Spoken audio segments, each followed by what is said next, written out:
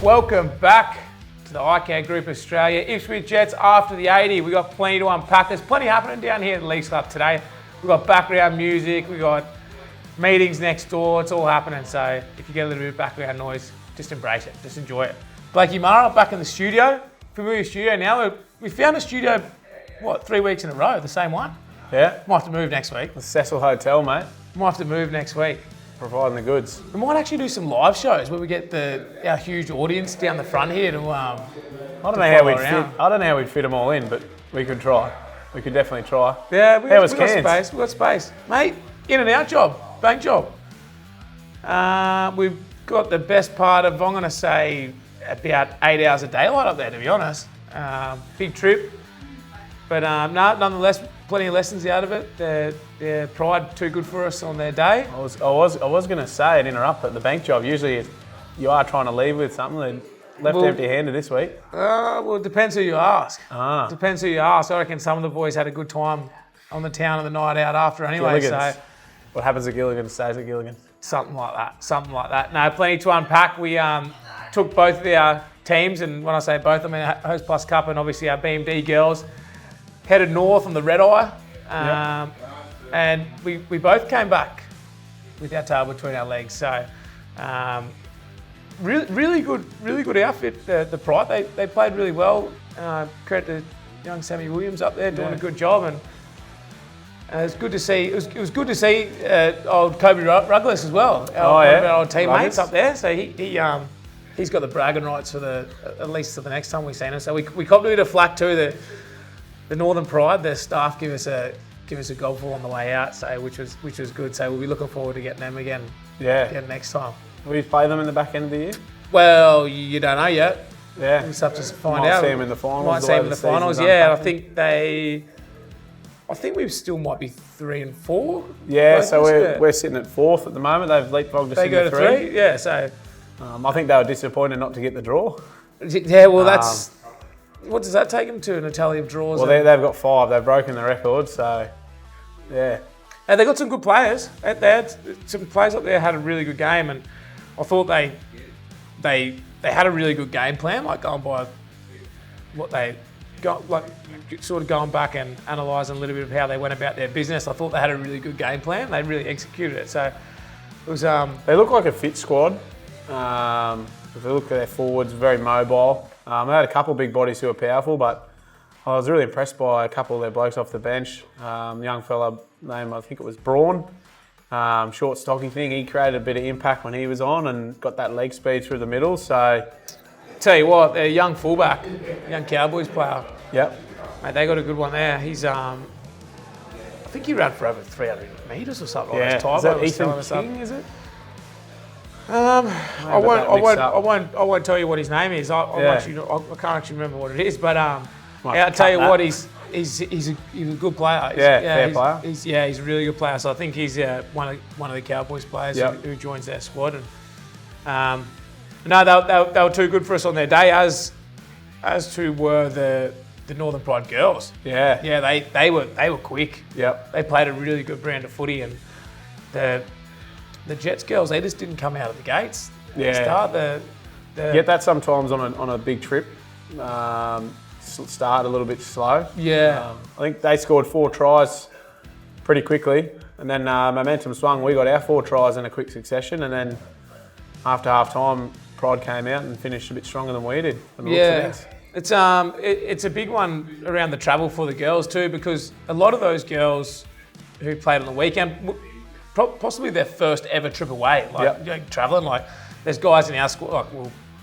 There's a few of us that travelled a lot, and there's a few that, everyone in our squad would have travelled at some point in their career. But for the girls, it was their first trip away, so they were super excited, which was pretty cool to see. They were all enthusiastic, but I'm sure they would have taken a lot of lessons out of their performance as well. It's good. It's probably a good thing too, and it's probably a bit of credit needs to go to the QRL that they've changed the way they're doing their pathways now, and instead of having pools to try and save money on travel and localise things, they have expanded it. So hopefully in the future, the players who come through and play BMD, they've experienced a bit of travel as a junior. So you can, as you know, with your experience, everyone travels a bit differently. Some people like to be busy, some people like to do nothing, and you kind of work that out after a few goes at it. So hopefully it's, for some of those who were travelling for the first time, they're better for the run. Yeah, absolutely. And I mean, the other thing about it is it's not always about rugby league, you know what I mean? It's about the experience for the girls and the boys, but experience about getting away and seeing some of the country too, because for a lot of people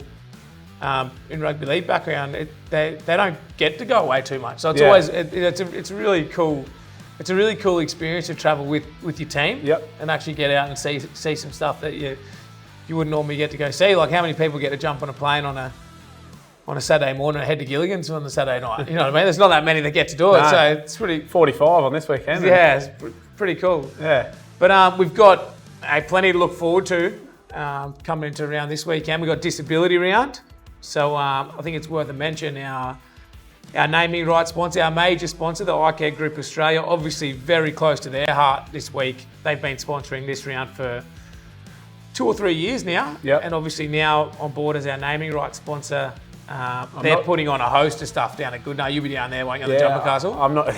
I'll be well and truly on the jumping castle. So, you know that kid that gets off, runs straight back to the front of the line. Real sweaty little kid. That could be me. That does remind me of myself. I don't know. Have we released the jerseys yet? But I don't know if we have or haven't. But we've had a sneak peek at those. Keep it up our sleeve. That's going to be exciting. They're beautiful jerseys and obviously really great cause behind them. Yeah, for those of you who are sitting on the fence about coming down to Goodna. Last week of school holidays, we got double header down there. We've got the BMD girls playing straight into the Hostplus Cup boys. There's going to be, the iCare Group Australia been brilliant. They put on some activations down there. So they got some face painting. They got a host of kids' activities. They got popcorn.